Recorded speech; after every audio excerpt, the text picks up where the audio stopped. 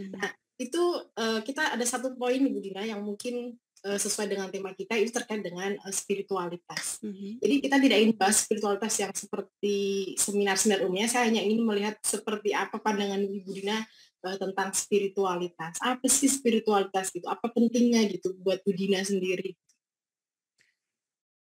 Iya, kalau tadi yang, bagan yang pertama tadi, yang lingkaran-lingkaran itu kan, lingkaran pertama self, terus keluarga, komunitas, mmm, itu jadi, semua, hidup kita itu, semua aspek kehidupan kita itu, akan punya makna ketika kita, tujuannya adalah beyond itu, akhirat itu, gitu ya. Itu spiritualitas dalam perspektif saya itu seperti itu ya. Jadi, apa yang kita lakukan, kalau hanya untuk mencari ketenaran, hanya untuk mencari uang misalnya, itu, apa ya, tidak memberi ketenangan gitu pada diri gitu kan. Galau terus gitu ya. Perempuan tuh biasanya saya orangnya tipe galau loh, tipe mudah galau ya. Tapi, saya berusaha, ingat lagi, "Oh enggak, kan tujuan aku yang beyond tadi," gitu ya. Tujuan aku kan yang akhirat tadi. Ya sudah nggak apa-apa, respon orang buruk misalnya atau saya misalnya,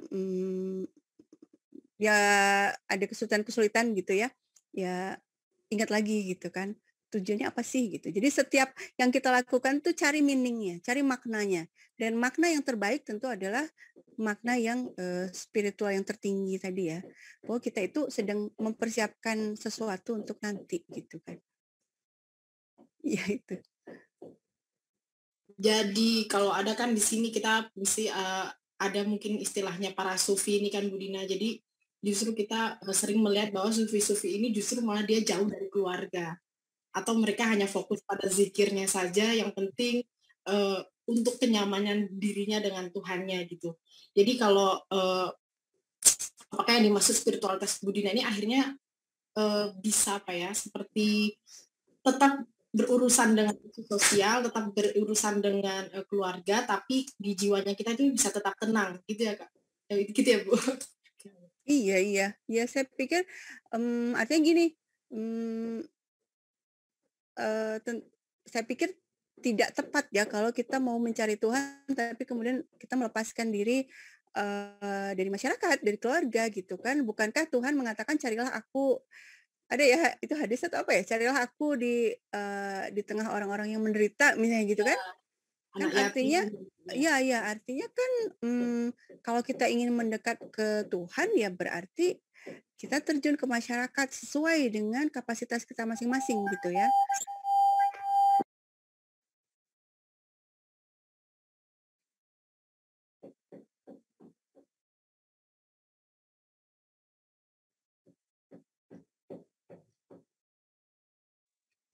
Eee, ya oke baik, ini sepertinya sudah ada satu pertanyaan Ibu Dina.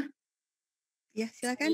akan membacakan pertanyaan, ini ada di room chat-nya. Pertama, mau bertanya menurut Kak Dina, seberapa pentingnya support system dalam proses Kak Dina mengambil pendidikan, hingga menjadi akademisi seperti yang menjadi passion Kak Dina? Dan ada tips enggak gitu untuk mendapatkan support system itu? Itu Kak. Iya, support system, ya tentu yang terdekat adalah suami ya. Kalau suami mengizinkan dan mendukung, itu tentu adalah yang, pendukung terbesar ya. Artinya kalau suami tidak mengizinkan, tentu nggak mungkin gitu kan. Nah artinya apa? Apakah itu, oh berarti beruntung ya Bu Dina punya suami yang seide gitu kan. Saya ingin cerita bahwa itu tidak dicapai begitu saja, sejak menikah enggak. Artinya kami berjuang untuk itu bersama ya. Artinya kami ikut pelatihan, bener loh ikut pelatihan dan suami saya itu laki-laki sendiri gitu ya. Kami ikut pelatihan komunikasi gitu loh. Jadi, gimana sih cara berkomunikasi supaya yang saya sampaikan itu, bisa diterima dengan baik oleh suami dan yang disampaikan oleh suami bisa saya terima, ya. Dan saya menyadari bahwa dulu di awal-awal itu saya tuh sering salah paham gitu ya. Saya sering, padahal suami itu maksudnya baik gitu kan, tapi saya tersinggung gitu. Ya, Oh, itu sering banget terjadi di awal-awal pernikahan gitu kan. Nah, itu akhirnya, bisa selesai dengan berusaha. Makanya saya bilang cinta itu kata kerja adalah karena kita harus bekerja untuk itu gitu, harus cari solusinya gimana nih supaya kita nggak berantem terus, kayaknya ada masalah nih gitu ya, cari solusinya. Eee, Solusinya ya itu tadi ya, belajar tentang komunikasi. Sebenarnya sih ketika saya ngomong A, yang saya maksud tuh ini loh. Nah itu, yang ketika suami ngomong B, oh yang dia maksud tuh itu, saya nggak perlu tersinggung misalnya seperti itu ya. Artinya itu perlu diusahakan gitu, bukan sesuatu yang given gitu kan. Mungkin ada orang-orang yang beruntung sejak awal, oh sudah luar biasa gitu ya, sudah, nyambung, sudah cocok gitu. Tapi, kalau beruntung alhamdulillah, kalau tidak, itu ada sesuatu yang diperjuangkan, dipelajari dengan, kalau perlu minta bantuan. Minta bantuan itu misalnya ikut pelatihan atau kalau nggak baca buku gitu ya. Ya support system itu ya seperti itu ya, jadi pertama suami, kemudian juga alhamdulillah saya selalu bersyukur, bahwa saya punya asisten rumah tangga. Jadi kalau saya tuh disuruh, bersyukur tuh karena, ya, orang-orang penting yang saya syukuri ada di sekitar saya itu salah satunya itu asisten rumah tangga saya loh. Beneran itu saya sampai mikir, "Ya Allah kalau nggak ada dia," gitu ya, "kalau nggak ada dia yang bantuin saya selama ini," gitu. Jadi saya menganggap, beliau ini penting sekali dalam hidup saya. Juga saya sangat bersyukur dulu waktu saya, saya kuliah, saya mau nggak mau kan harus meninggalkan anak gitu kan. Itu ada seorang ibu yang mau gitu, mau ngurusin anak saya gitu loh. Saya sampai sekarang kalau saya ketemu sama beliau saya cium tangan gitu ya, karena, saya berhutang budi kepada beliau. Nah, eee, apakah ini keberuntungan? Saya pikir, dan itu saya pikir setelah bertahun-tahun kemudian ya, berdasarkan pengalaman, artinya ketika kita sudah melangkah gitu ya, tiba-tiba semesta itu mendukung gitu. Ya kita udah menetapkan sesuatu, pengen jadi ini, pengen melakukan ini, entah dan itu ada yang nulis juga kan semesta mendukung, itu semesta mendukung tuh ternyata betul, saya alami itu seperti itu. Siapa yang nyangka ketika saya waktu itu berdoa sambil nangis, siapa ini yang bisa jagain anak saya, karena anak saya tuh nempel banget sama saya. Bukan tipe yang bisa dititipin gitu loh. Tapi ada seorang ibu yang tiba-tiba duduk di sebelah saya, waktu itu lagi pengajian waktu itu. Jadi saya nangisnya di pengajian itu. Terus waktu itu ada ibu-ibu kan, kayaknya ibu ini bisa deh saya mintain tolong tetangga saya juga sebenarnya. "Bu bisa nggak gini-gini?" Alhamdulillah mau dan alhamdulillah anak saya nggak nangis loh sama ibu itu gitu ya. Ya kan semesta mendukung ya, artinya kita pengen sesuatu, kita berdoa untuk itu dan kita bergerak, ada saja pertolongan gitu datang dan itu terjadi di banyak kasus dalam hidup saya sampai hari ini, ya.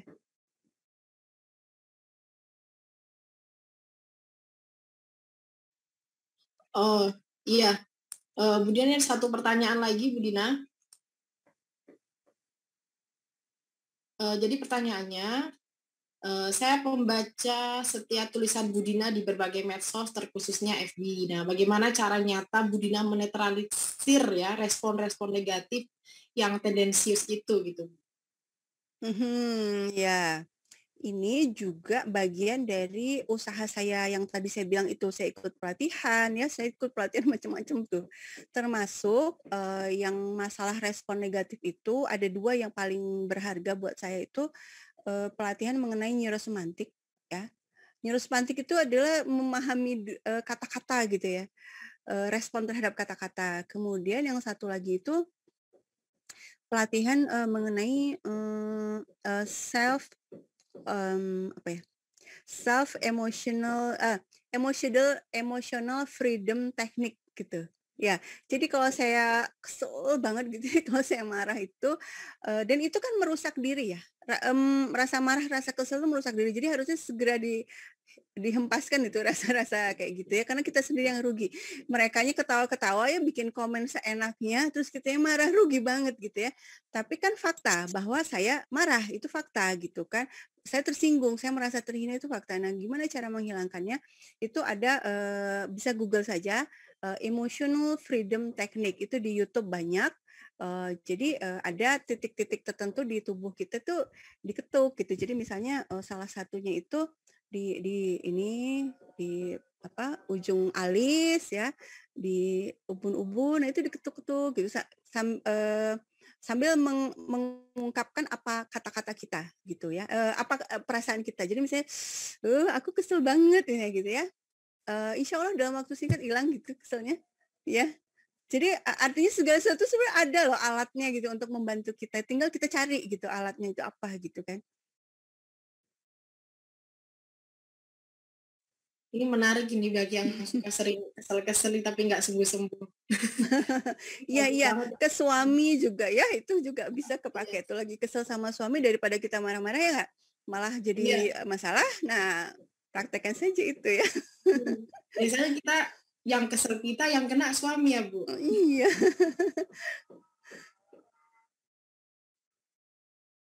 Jadi kita akan, lanjut ke pertanyaan selanjutnya. Ini ada pertanyaan dari Mbak Madi ada pertanyaan dari Alfi Putri. Ini Kak Alfi, Bu. Kak Alfi ini dia, ketua dari Hubadiva. Oh, iya iya. Jadi, kata Bu Alfi ini, saya tertarik sekali tentang self awareness yang Ibu Dina bilang, karena self awareness jika belum didapatkan, maka yang lainnya belum dapat terselesaikan. Nah, bagaimana cara mendapatkan self awareness tersebut ya, Bu? Nah, mungkin ini penjelasan yang, praktis ya, kira-kira kiat-kiatnya gitu. Iya, kalau cara saya sendiri itu, memang saya itu hasil dari mengikuti berbagai, pelatihan ya, mulai dari pelatihan parenting, kemudian pelatihan tadi itu EFT, neurosemantik, itu proses-proses, mengenali diri itu ya, mengenali diri, terus ya proses-proses spiritual sebenarnya ya, ya spiritual tapi meskipun pelatihan-pelatihan itu bukan pelatihan yang, apa ya, yang berbasis agama enggak gitu ya, tapi pada akhirnya itu, proses itu, terjadi sampai akhirnya menemukan diri, sampai akhirnya menerima bahwa, "Oh saya di dunia ini memang sepertinya ditugaskan untuk ini," gitu kan. Artinya apapun yang terjadi ya jalani saja gitu kan, karena sudah menerima gitu kan. Jadi mungkin jawaban praktisnya adalah, cari pelatihan gitu ya, cari pelatihan, yang membantu untuk itu. Itu tadi ya Kak Alfi ya, memang sekarang ini apalagi banyak pelatihan gitu ya, Iya memang iya, betul betul. dan yang Sekarang ini lebih dimudahkan karena ada, webinar ya. Wah, iya kalau iya dulu tuh sampai 2 hari harus nginep gitu kan, iya. ikut-ikut pelatihan offline. Sekarang pelatihan yang sama itu diadakan lewat Zoom gitu kan. Oh, Itu iya. jauh lebih memudahkan kita untuk belajar. Karena mau 1.000 pelatihan pun dan banyak pun kalau nggak ada kehendak juga repot ya Bu Dina. Karena Betul betul. kita nggak mau nyari itu gimana itu. Itu juga masalah lagi buat kita. Nah ini next ada pertanyaan dari ada Mbak Mahdia. Wah ini pertanyaannya ada banyak banget Kak. Ini sekitar ada 4. Intinya pertama bagaimana, Bu Dina sebagai ortu, juga, homeschooler ya, bagaimana membagi waktu pendidikan anak untuk sosial, dan sementara di sisi sosial sebagai direktur IMCES gitu. Dan bagaimana ISMES. ya IMCES ya, im im IMES, ISMES. Iya iya. Ya, dan juga bagaimana membagi waktu untuk diri sendiri. Nah, ini saya akan berondong aja pertanyaannya ya, Bu, satu kali aja. Bagaimana Bu Dina berdamai dengan sendiri ketika melakukan sesuatu lalu terbentur dengan tanggung jawab Ibu? Misalkan ingin menulis, tentang Bintang, lalu anak sangat membutuhkan kita, sehingga kita harus menunda dulu. Nah, yang terkadang penundaannya, tak terbatas ya waktunya. Kemudian kira-kira apa saja yang perlu dipersiapkan jika kita ingin anak kita ingin homeschooling. Kemudian rekomendasi metode parenting mana yang selaras dengan spiritualitas. Dan keempat, pernah tidak dalam masa pengasuh anak full 10 tahun itu ibu merasa jenuh dan ingin sekali segera kuliah atau sejenak keluar dari situasi itu.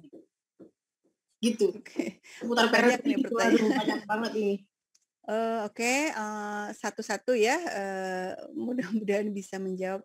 Yang pertama, homeschooling.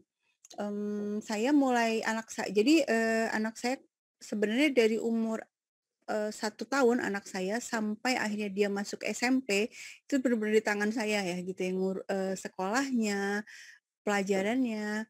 Kenapa? Karena tipe anak saya itu memang, entah kenapa nempel banget sama mamahnya gitu ya. Artinya dia nggak mau sekolah. Jadi kenapa saya memutuskan homeschooling itu alasannya karena nggak mau sekolah anaknya gitu ya. Nggak mau sekolah gitu loh, terus saya harus gimana gitu, masa memaksa anak sekolah kan nggak bisa ya. Artinya tanggung jawab pendidikan itu akhirnya saya ambil alih. Kan kalau sekolah berarti kan tanggung jawab pendidikan kan dititipkan ke sekolah gitu ya, selama beberapa jam dalam sehari. Nah, kalau homeschooling, tanggung jawab pendidikan diambil alih oleh, keluarga, oleh orang tua. Nah, yang saya lakukan waktu itu adalah belajar. Belajar kepada orang tua homeschooler lain. Jadi bahkan waktu itu sempat ada, pertemuan di antara orang-orang tua homeschooling itu, ada pertemuan di luar kota, camping berapa hari gitu, saya ikutin gitu ya, untuk belajar gimana sih caranya. Artinya ini memang tetap skill yang harus dipelajari, ya. Kalau memang sudah memutuskan untuk homeschooling, belajar bagaimana cara me-manage keluarga, yang memutuskan untuk homeschooling. Ya, karena tentu ada hal-hal yang, khas gitu kan, dan nggak bisa secara detail disampaikan di sini. Tapi, intinya adalah kita bertanggung jawab atas pendidikan anak. Nah, kemudian, karena kita mengambil tanggung jawab, atas pendidikan anak itu, artinya fokusnya harus di anak, ya kan? Yang lain-lain adalah fokus yang kedua gitu. Jadi lingkaran kedua. Jadi kalau misalnya kita bikin, lingkaran, lingkaran pertamanya anak, lingkaran keduanya dan lain-lainnya itu gitu, cita-cita, hobi, me time, lah itu lingkaran. Sebelum yang di tengah itu beres, kita, sulit untuk, melangkah keluar. Artinya apa? Di, lingkaran yang tengah ini kita harus mengusahakan agar situasinya itu tidak sepenuhnya bergantung pada orang tua. Nah, inilah yang kita pelajari dari, kalau kita belajar gimana sih cara cara, menyelenggarakan homeschooling di rumah, pendidikan di rumah, itu yang kita pelajari. Salah satunya yang terpenting adalah kita membuat anak mandiri belajar. Jadi homeschooling itu tidak berarti 24 jam duduk atau selama jam sekolah itu duduk di sebelah anak ngajarin dari A sampai Z, enggak seperti itu. Artinya apa? Artinya saya punya waktu sebenarnya. Anak saya homeschooling ya dia belajar gitu kan. Saya punya waktu, ya ada waktunya gitu kan. Karena apa? Karena anak saya tidak 100% bergantung pada saya dari sisi pelajarannya. Karena, inti dari homeschooling adalah membuat anak merasa perlu belajar dan akhirnya dia belajar sendiri, karena dia merasa perlu. Nah, gimana sih caranya supaya anak merasa perlu belajar? Nah, itu belajar lagi ya. Kita orang tua dengan cara apa ya? Baca buku, ikut komunitas gitu kan, komunitas homeschooling. Tuh, makanya kenapa kok, misalnya mungkin, ada yang heran kok bisa di saat yang sama jadi ibu rumah tangga, ngurusin, anak kecil yang masih sekolah, masih TK, masih SD waktu itu, tapi juga, bisa mendirikan sebuah pusat studi Timur Tengah, ISMES itu saya yang mendirikan, saya founder-nya, sampai sekarang alhamdulillah sudah, berkembang, kami sudah menerbitkan jurnal, ilmiah, jurnal akademis yang terakreditasi, yaitu, buat saya itu sesuatu yang luar biasa dan sebenarnya, eee, apa, awalnya tidak bermimpi sampai seluar biasa itu ya. Jadi, di era sekarang itu jurnal itu luar biasa gitu ya. Jadi, apresiasi, kalangan akademis terhadap jurnal itu sangat tinggi saat ini, alhamdulillah ISMES bisa, mencapai itu. Nah, tapi kembali terus keluarga gimana? Ya karena waktu kecil itu seperti itu kondisinya. Nah, sekarang anak kan sudah remaja, ya yang satu bahkan sudah kuliah. Nah, kalau kita dari kecil sudah mengkondisikan, anak-anak kita mandiri, tidak perlu dilayani sepenuhnya, sudah bisa bertanggung jawab atas dirinya sendiri, itu di masa ketika anak-anak sudah remaja atau bahkan sekarang sudah kuliah itu insya Allah kita menikmati hasilnya gitu. Ya, jadi kita ketika anak masih kecil itu memang kita bekerja keras, kita fokus dengan ilmu ya, harus dengan ilmu supaya targetnya ketika mereka sudah, mencapai usia tertentu mereka sudah mandiri. Kita sudah tidak perlu lagi, full time ngurusin gitu. Makanya bisa jalan, dua-duanya ya, karir juga bisa jalan, keluarga juga bisa jalan, karena timing-nya, harus lihat timing-nya ya, kalau sekarang ini anak saya sudah remaja gitu. Ya, tentu berbeda dengan kondisi ketika anak saya masih kecil gitu. Apakah ada masalah? Ada masalah terus ya. Sampai sekarang masih ada masalah. Ya apalagi pandemi, wah itu ada masalah gitu ya. Anak saya yang remaja misalnya jadi tambah banyak berinteraksi dengan gadget, dan itu kan masalah ya. Dan perlu dicari jalan keluarnya. Itu terus. Jadi never ending learning lah ya. Terus belajar. Itu mungkin secara umum itulah yang jawaban dari empat-empatnya ya. Oh iya, itu tadi ya Mbak Mahdia mungkin cukup bisa memberi gambaran dari pertanyaan Mbak Mahdia. Kalau yang terkait tadi tentang bagaimana ketika mendapatkan benturan-benturan di realitas, mungkin tadi Budina juga sudah menjelaskannya. Jadi perlu apa namanya ketelitian. Misalkan kalau kita lagi repot dan memang harus fokus ke anak, bisa cari asisten yang bisa membantu. Mungkin itu juga salah. Kemudian mungkin Budina bisa memberikan sedikit gambaran kesibukan di Budina kalau sekarang gimana Budina? Dari kesibukan, kesibukan ya. Alhamdulillah kesibukan saya itu sesuai yang memang saya cita-citakan dari zaman dulu ya. Jadi saya ngajar resmi di Unpad, dosen hubungan internasional. Nah ini juga keajaiban ya. Siapa yang menyangka bisa diterima ya sebagai dosen resmi gitu loh. Dulu ya, ternyata dunia kan berubah ya. Yang zaman dulu kita pikirkan bahwa berkarir itu pokoknya harus lulus S1 gitu kan, S2 harus ngelamar jadi dosen, ternyata enggak. Sekarang ini ada kecenderungan kampus-kampus itu menerima lulusan yang sudah jadi gitu. Ya, lulusan dengan sederet prestasi itu bisa masuk gitu loh. Dengan usia yang enggak dibatasi usianya gitu kan. Ya. Jadi kesibukan itu artinya kesibukannya apa? Mengajar itu lengkap dengan seluruh kewajibannya ya. Tidak mengajar saja. Sebagai dosen tetap itu berarti artinya membuat riset ya, ikut riset, terus menulis artikel. Loh, sekarang apalagi targetnya sudah semakin ditingkatkan, harus jurnal terakreditasi lah, harus Scopus lah, itu lebih tinggi lagi ininya kan. Apa sih istilahnya? Kualitasnya perlu lebih tinggi lagi. Kemudian dalam satu semester harus sekian yang ditulis gitu kan. Harus ada buku aja dan lain, terus harus membimbing skripsi, menguji skripsi dan seterusnya. Tapi itu saya sukai gitu kan. Saya menyukai aktivitas itu karena semuanya dalam satu kerangka ini adalah dunia akademis ya. Dunia akademis ini ya seperti ini gitu kan. Nah, terus tiba-tiba pandemi dan segalanya ada di rumah. Kalau dulu kan harus keluar ya. Sekarang di rumah gitu kan. Dan buat saya ini justru menyenangkan ya. Jadi bisa di rumah kan. Karena kan pekerjaan saya utamanya sebenarnya menulis kan, menulis gitu kan. Sama enggak sekarang nulisnya itu ada supervisornya ya, ada yang memberikan standar kan. Itu sih kesibukan.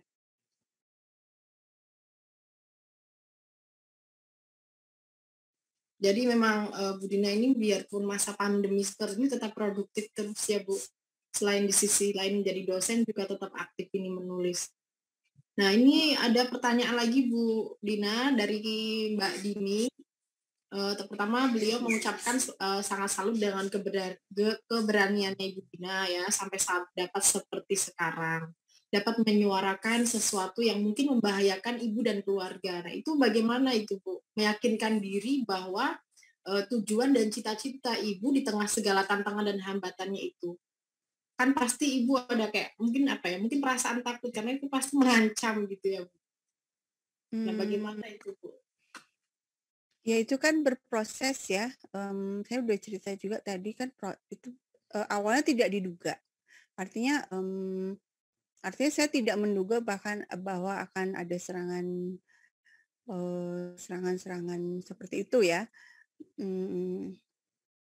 Dan ketika sudah terjadi, artinya cari solusi kan gitu. Solusi awalnya waktu itu saya sempat vakum juga ya, sempat tiarap juga gitu kan. Tapi kemudian tadi ada titik balik kan saya cerita, saya dapat kabar dari seorang teman yang sedang kuliah di Damaskus. Saya ceritakan, "Saya nggak bisa, saya nggak sanggup nulis lagi," saya bilang gitu kan, "terlalu berat ini," gitu. Mmm, Kemudian dia bilang, eee, i i ya berarti kita bisa bayangkan gimana ya kalimatnya itu, "Wah, berarti bisa kebayang ya betapa beratnya Syekh Buti," gitu, dia bilang gitu kan. "Loh, siapa itu Syekh Buti? Saya nggak kenal Syekh Buti." "Siapa itu Syekh Buti?" "Oh, Syekh Buti itu, ulama besar di Suriah," gitu, ulama Ahlus Sunnah sangat, terkemuka. Ternyata pas saya, kenal dengan banyak teman-teman, yang dari kalangan pesantren, "Oh iya, itu kan kitab-kitabnya kita baca," gitu kan. Jadi rupanya di Indonesia pun beliau terkenal di kalangan, pesantren, kitab-kitabnya banyak tersebar. Jadi Syekh Buti itu juga waktu itu dibully juga oleh kelompok teror itu, karena dia menyatakan ketidaksetujuannya pada upaya penggulingan rezim dengan cara-cara teror seperti itu, gitu kan. Nah, itu titik balik ya, dan kemudian, luar biasanya itu ya mungkin itu cara, karomahnya ulama mungkin ya. Jadi kalau sehari setelah saya tahu Syekh Buti dibully dan, "Oh gitu ya Syekh Buti." Besoknya, apa yang terjadi? Besoknya itu terdengar kabar beliau gugur syahid. Beliau lagi ceramah di masjid seperti biasa, tiba-tiba ada orang masuk, dan di badannya ada bom dan meledakkan diri. Lalu beliau gugur syahid. Saya waktu itu syok banget gitu kan, syok banget. Saya baru kenal ada nama seorang ulama besar, ternyata beliau ulama yang luar biasa dan ternyata beliau itu, loh suaranya ternyata sama dengan saya, waktu itu saya bangga banget ya, loh beliau juga sama ya sama saya suaranya gitu. Jadi yang saya tulis selama ini nggak salah dong gitu kan. Artinya saya punya penguatan waktu itu, tapi besoknya beliau gugur syahid gitu kan. Yaitu, sebuah ini ya, sebuah titik balik spiritualitas juga mungkin bisa dia akhirnya punya semangat. Artinya gini, kalau kita sudah menemukan meaning, buat apa sih nulis gitu kan. Nah itu atau buat apa sih melakukan sesuatu dan buat apanya itu kita temukan bahwa itu sesuatu yang beyond gitu, sesuatu yang di luar segala-galanya, di luar diri, di luar, komunitas, di luar masyarakat, di luar akhirat gitu, beyond lagi gitu, di luar itu semua, yaitu, mmm mmm, itu akan memberi kita kekuatan ya. Meskipun takut ya pasti ada gitu ya. Saya tuh, bahkan, pernah ada rasa takut misalnya pergi-pergi gitu ya, sempet takut juga dan kemudian ya ditemani, didampingi gitu, ada gitu. Cuma kalau keluarga, alhamdulillah, keluarga, mendukung gitu ya, keluarga percaya sama saya. Nggak ada tantangan sih dari keluarga, alhamdulillah.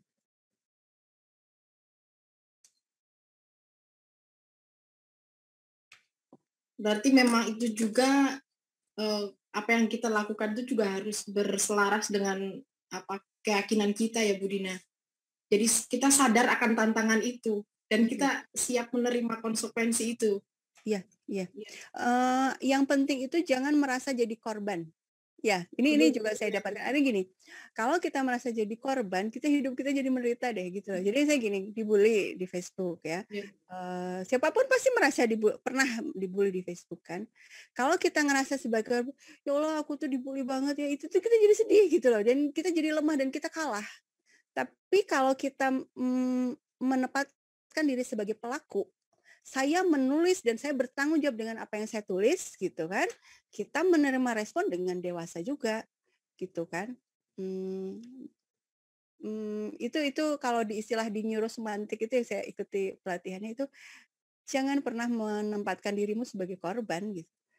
Ya ya, jadi tempatkan dirimu sebagai pelaku. Kalau sebagai pelaku apa? Ya kita bertanggung jawab gitu kan. Kalau kita sudah bertanggung jawab, kita, pegang kontrolnya, insya Allah, kuat-kuat aja gitu ya. Insya Allah kuat-kuat aja menghadapi, berbagai tantangan.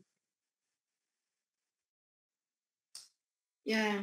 Oke, ini masih ada pertanyaan karena ini waktunya sekitar sampai jam 4 sore ya Kak, Bu Dina, sekitar sampai jam 4 sore dan, masih mungkin sekitar ada 3 pertanyaan lagi dan setelah itu kita akan mengakhiri pertanyaan sangat, waktu kita memang terbatas. Pasti di sini teman-teman udah gemes semua ya, pengen tanya satu-satu cuma karena waktunya terbatas, saya membatasi 3 atau 4 pertanyaan lagi.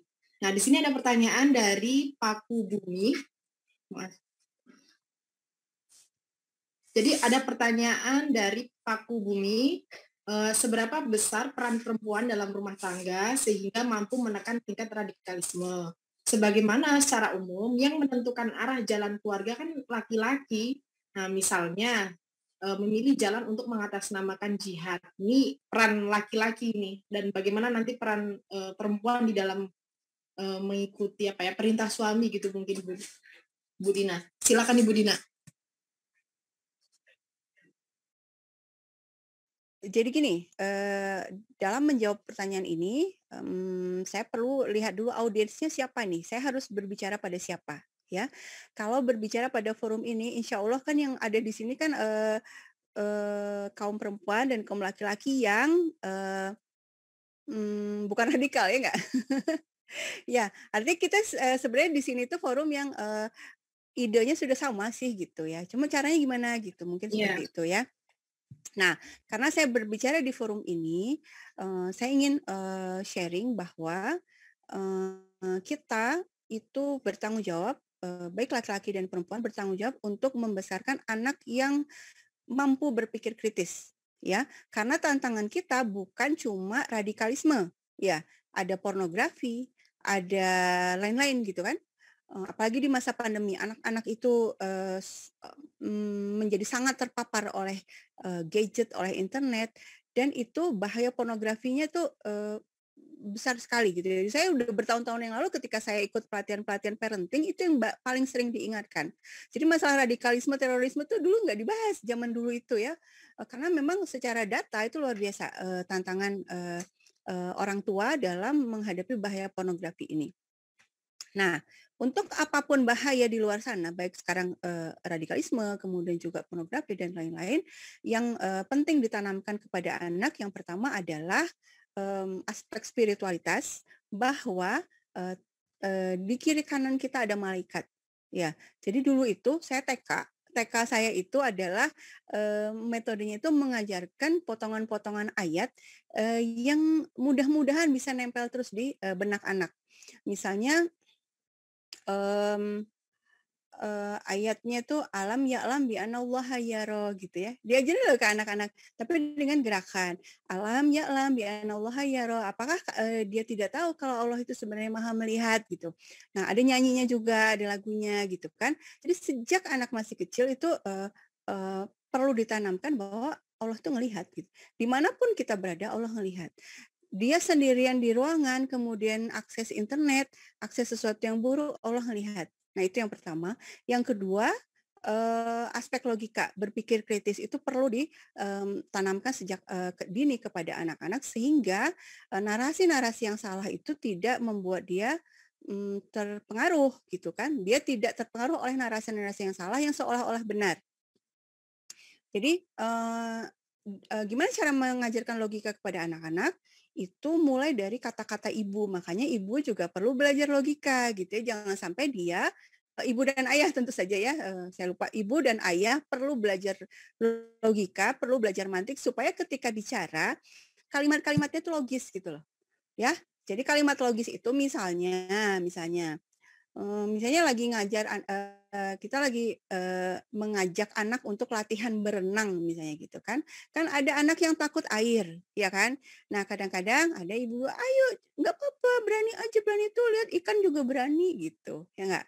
Nah itu secara logika itu nggak logis karena analogi yang tidak setara, ya nggak? Kan manusia tidak bisa dianalogikan dengan ikan, ya kalau itu kita tahu dari mana? Dari belajar logika kan? Nah kalau kita mengatakan hal-hal tidak logis kepada anak, anak akan terbentuk pola pikirnya adalah pola pikir yang, dia tidak bisa mendeteksi, logis atau tidaknya sesuatu kan. Akhirnya dia menerima informasi dari luar dengan, cara yang tidak logis juga gitu, nggak bisa dia mengkritisi gitulah intinya. Nah, artinya untuk menekan tingkat nah tadi radikalisme itu gimana? Radikalisme itu berasal dari ketidaklogisan kan. Yang tadi itu yang saya bilang 6 tangga menuju terorisme tadi itu teori yang itu kan dari awal dia melihat ketidakadilan. Oke, ketidakadilan. Memang kita perlu melawan ketidakadilan. Tapi ternyata salah identifikasinya. Yang tidak adil itu siapa? Yang, salah itu siapa? Yang harus dilawan itu siapa? Nah, itu salah. Kenapa kok bisa salah? Karena dia nggak bisa mengkritik berita. Dia keanehan dalam berita. Akhirnya dia memusuhi orang-orang yang salah dan bahkan kemudian bergabung dengan organisasi-organisasi yang radikal dan atau bahkan organisasi teror. Ya dua itu ya.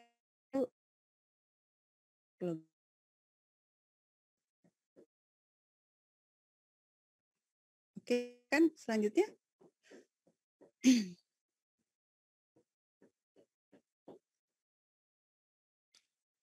Freeze ya.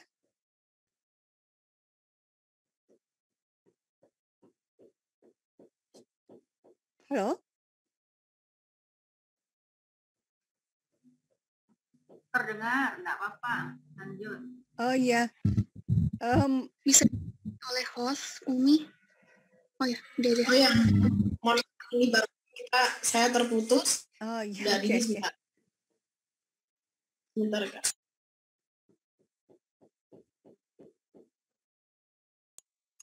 Ini karena barusan terputus itu pertanyaannya hilang semua. Sebentar Kak, saya cari dulu. Oh ya, ini ada siapa lagi? Oh ya, bagaimana menurut Kak Dina melihat fenomena pertukaran peran dalam rumah tangga, di mana terkadang seorang ibu mencari nafkah dan ayah hanya di rumah saja.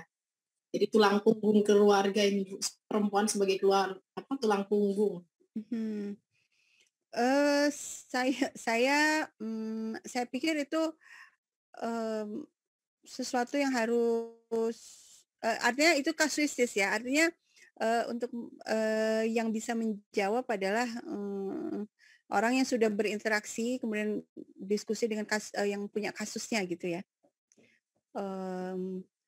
Intinya sih kalau menurut saya kalau memang dua si pasangan itu suami dan istri itu sepakat gitu ya, tidak ada yang merasa berkorban dan dikorbankan, sama-sama merasa inilah yang terbaik ya kenapa tidak gitu ya. Tapi tentu itu sangat bergantung pada keluarga masing-masing, pada si pasangan itu ya. Baik, ini nih pertanyaannya. Atau saya yang bacain. Yang di atas itu belum tuh. Oh iya, yang terlewat satu ini, yang dari Mbak Ratih kalau tidak salah. Ada yang dari Mbak Ratih. Ini sebagai seorang pendidik pada sekolah anak usia dini, apakah konsep kegiatan atau nilai-nilai yang paling utama harus dilatih untuk menumbuhkan self awareness yang kuat sejak dini? Itu Kak. Ya, kalau yang kami lakukan dulu, jadi saya dulu punya TK selama 6 tahun ya, dan kemudian TK-nya terpaksa ditutup karena apa? Itu kan TK di sebuah kompleks. Jadi kompleks kami itu kompleks urban ya, artinya ekonominya itu banyak yang masih berkekurangan. Jadi ini TK yang kaya raya juga ada gitu ya, TK mahal juga ada di tempat kami, tapi target TK kami itu waktu itu TK yang membantu lah, pokoknya pengen membantu masyarakat kelas bawah lah waktu itu. Tapi kemudian setelah Perang Suriah ini, setelah saya banyak dikenal orang karena tulisan saya itu ternyata berimbas pada TK saya gitu ya. Jadi orang tua murid itu banyak dideketin, udah keluar aja ini TK-nya sesat gitu ya. Padahal TK kami itu orang tua itu kami suruh datang ya ke kelas gitu supaya ngelihat anaknya itu diajarin apa. Karena kami berpendapat orang tua itu harus tahu apa yang diajarkan supaya nanti di rumah nyambung. Karena ayat-ayat yang kita ajarkan itu, ayat-ayat yang pendek itu kita pengennya anak-anak tuh hafal gitu ya, hafal dan artinya orang tua juga harus tahu nih apa sih yang dipelajari supaya obrolan di rumah itu nyambung. Jadi misalnya gini, anak salah satunya diajarin itu ayatnya wasulhu khair gitu ya, dan berdamai itu baik gitu kan. Nah kemudian atau wata'awanu al birri wa taqwa misalnya gitu. Nah si ibu kalau dia paham ayat itu, dia kan datang ke TK, duduk bersama anaknya gitu, mendengarkan anaknya diajarin itu, dia bisa berdialog di rumah, ayo dong bantu mama kan wa ta'awanu 'alal birri wat taqwa gitu ya. Enggak, jadi itu jadi masuk ke dialog sehari-hari gitu loh. Itu yang kami dorong itu seperti itu. Nah, kalau terkait dengan oh ya, tadi gimana tadi, ceritanya jadi orang tua pada wah didekati, bahkan dicegat mau masuk ke sekolah tuh di jalan dicegat gitu kan, "Jangan bawa ke sana." Akhirnya memang kami terpaksa menyerah ya, akhirnya ditutup gitu. Karena memang ya gimana mau bikin TK kalau muridnya yang daftar cuma 2 gitu ya, kan nggak mungkin gitu. Jadi ya sudahlah kita ingin, berbakti pada masyarakat, tapi masyarakatnya nggak mau, apa boleh buat. Nggak maunya juga karena hoax ya, karena memang hoax yang disebarkan oleh, eee, orang-orang tertentu. Itu ya gara-gara saya nulis-nulis tentang Suriah itulah, dampaknya. Nah sekarang terkait dengan, pertanyaan, self awareness ini memang artinya tidak secara sengaja atau terstruktur saya ajarkan waktu itu ya. Tapi karena apa? Saya itu kan berproses juga ya. Tapi, artinya sejak awal itu sudah kepada anak-anak dengan metode ini. Kalau ada yang pengen tahu metodenya silahkan ya Japri, saya dengan senang hati menyebarluaskannya ya. Ada videonya juga nanti bisa saya kirim Google Drive-nya. Artinya, anak sejak dini itu diperkenalkan bahwa dirinya adalah, makhluk, yang, disayangi oleh Allah gitu kan, yang diperhatikan oleh Allah dalam 24 jam kehidupannya gitu kan, dan setiap kata-katanya dan setiap kegiatannya itu ternyata sejalan dengan, ayat-ayat Allah gitu loh. Jadi "Wasiyabaka fatahhir" dan bajumu maka bersihkan gitu kan. Jadi dia tahu kalau oh nyuci baju atau menjaga kebersihan itu, oh ternyata Allah ya yang nyuruh gitu loh. Ya, itu kan self awareness juga sebenarnya. Cuma waktu itu konsepnya tidak seperti itu ya. Kita sekarang hari ini saya bisa, menyatakan bahwa iya itu kesadaran diri gitu kan. Kesadaran diri sebagai hamba. Kesadaran bahwa diri ini hidup di dunia ini memang, adalah untuk melakukan hal-hal baik yang memang disuruh, oleh Allah dan itu adalah untuk kebaikan kita sendiri, tuh. Baik ya Ibu Dina, ini pertanyaan yang mungkin juga berkaitan sama anak-anak dan terima kasih sudah mau membagi link yang tadi Bu Dina sampaikan tentang anak-anak ini, tentang self awareness untuk anak. Dan saya kira ini adalah pertanyaan yang terakhir Ibu Dina, karena pasti ini pada gemes semua Bu Dina ini, pasti kita pada tanya ini, aduh tanya mereka banyak yang tanya, para peserta juga sangat antusias, namun karena waktu ini kita terbatas, maka saya sebagai moderator untuk menutup pertanyaan ini. Nah, kita mungkin meminta waktu Bu Dina sekitar 5-10 menit tentang Ibu Dina sendiri juga, terutama untuk kami semua, para ibu-ibu ataupun para perempuan atau si akademisinya atau kondisi kemanusiaannya, mungkin ada sedikit nasihat dari Ibu Dina gitu, atau berbagi sharing tentang bagaimana kita gitu kan bisa survive untuk terus melanjutkan setiap masing-masing passion kita. Itu saja. Silakan Ibu Dina.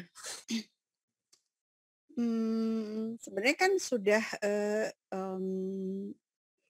itulah yang saya sampaikan berkali-kali sebenarnya dari awal sampai akhir bahwa, hidup ini adalah proses belajar gitu kan. Artinya dalam kehidupan kita itu memang harus perlu belajar gitu. Ketika ada masalah, itu cari solusinya. Kita nggak berhenti di masalah itu, kemudian berlama-lama sedih atau apa, tapi cari solusinya dengan cara belajar. Nah kemudian, tadi juga, jadi ini sebenarnya rangkuman aja tadi saya udah sampaikan. Yang kedua, kita sebagai perempuan itu memang perlu punya visi gitu. Kita mau jadi apa sih gitu. Kita perlu menemukan Allah itu menciptakan saya di dunia ini untuk apa, tugasnya apa, itu. Insya Allah kalau kita sudah menemukan itu dan kita bertekad untuk memilihnya, untuk menjalaninya itu ya semesta mendukung gitu. Kita dimudahkan untuk melakukan hal-hal itu. Tapi dimudahkan itu juga bukan mudah, benar-benar mudah gitu. Biasanya sejalan dengan semangat kita ya gitu kan. Jadi misalnya contohnya kalau misalnya passion-nya pengen kuliah lagi, ya nggak apa-apa kuliah lagi. Tapi sadari bahwa banyak tantangan kuliah lagi itu banyak nggak semudah kelihatannya gitu ya. Nah, kalau terus, kita bertahan di situ dengan visi yang benar ya, bukan karena hal-hal yang duniawiyah gitu kan. insya Allah ada saja bantuan-bantuan gitu dari arah yang nggak terduga-duga. Itu kemudian apalagi ya? Jadi belajar, menetapkan visi, menetapkan misi. Visi misi udah paham ya? Visi itu tujuan goal terdepannya, tapi kalau misi itu breakdown-nya. Untuk mencapai itu apa yang harus dilakukan? Di breakdown lagi, dipecah-pecah lagi. Apa sih langkah-langkah untuk mencapai ke sana, dan itu sebaiknya ditulis. Ya, jadi bukan hanya di pikiran, tapi benar-benar ditulis. Kita tulis, ambil buku khusus untuk itu. Saya punya impian ini, dan untuk mencapainya yang harus saya lakukan adalah ini. Dan itu dilakukan gitu ya. Kalau nggak dilakukan ya dia akan tetap jadi tulisan. Ya kan? Nah, apa yang menjadi motor penggeraknya? Ya visinya tadi. Makanya visinya itu harus sesuatu yang luar biasa lah gitu ya. Harus sesuatu yang beyond material lah gitu ya. Sesuatu yang spiritual, sesuatu yang ya kalau dalam bahasa agama ya kita menjadi hamba Allah yang diridhoi gitu ya. Nah, kita pengen nanti kalau meninggal masuk surga gitu ya, ya kan? Itu kan visi yang luar biasa. Nah, kalau berarti kan apapun tantangan yang kita hadapi ya kita hadapi dengan bertanggung jawab gitu. Kita hadapi dengan perasaan bahwa kitalah pelakunya, kita yang bertanggung jawab. Kita milih ini ya kita tanggung jawab gitu. Jangan merasa sebagai korban. Tuh gara-gara gue kuliah lagi jadi aja kayak gini, itu mental korban gitu ya. Tapi wah, karena saya kuliah lagi, saya menghadapi tantangan ini. Oke, cari solusinya. Karena saya memutuskan untuk berbisnis, untuk membuka usaha ini supaya saya membantu tetangga-tetangga saya supaya mereka berdaya, saya dapat masalah ini. Kita cari solusinya. Bukan, duh gara-gara aku tuh tadinya mau bantuin tetangga ya, tapi gara-gara ini saya jadi begini. Itu mental korban. Dibalik mentalnya jadi mental pelaku. Ya. Ampun, ini sangat luar biasa ya. Kita semua itu pasti teman-teman di sini juga sangat serius untuk menyimak ya. Karena pasti kalau diceritakan lagi dan pengalaman spirit ini akan panjang sekali ya Bu Dina kalau dituliskan. Kita mungkin akan menunggu pengalamannya Bu Dina itu dalam satu buku. Siapa tahu bisa karena Ibu Dina ini selain membuat menerbitkan buku tentang riset kajian Timur Tengah, beliau juga ada buku tentang kalau nggak salah tadi ada pendampingan tentang parenting ya Bu Dina dengan timnya juga. Terus ada buku kalau nggak salah ada buku anak-anak juga. Ya, saya nulis buku anak-anak juga. Ya, lalu kalau teman-teman tahu yang Profesor Cilik itu yang dokter yang dia anak kecil yang hafal Al-Quran itu, nah itu dia yang membuat itu. Makanya mungkin teman-teman tadi melihat Budina bagaimana membahasakan Al-Quran dalam keseharian. Anak juga familiar dengan Al-Quran. Mungkin itu saja ya Budina. Alhamdulillah, terima kasih berkenan menghadiri forum yang kecil-kecilan ini, yang insya Allah pasti akan mendapatkan berkah dan juga manfaat untuk teman-teman kita semua. Dan kita semua mendoakan Budina dan juga keluarga selalu dalam keadaan sehat dan tetap semangat, lalu bisa menggapai setiap cita-cita Budina. Saya terutama moderator mungkin tadi banyak melakukan kesalahan ataupun sinyal yang tidak sinyalnya tidak lancar, mohon maaf. Dan saya juga mewakili dari Sekretariat Nasional. Di sini saya menyimpulkan bahwa arti peran perempuan ini bisa sangat multi talent gitu. Dari dia sebagai dirinya sendiri, dia berperan sebagai seorang istri, juga peran dia dalam keluarga dan juga kemanusiaan sosial gitu. Dan bisa mengembangkan setiap potensinya. Untuk itu, saya sebagai moderator, akhirul kalam, Assalamualaikum warahmatullahi wabarakatuh.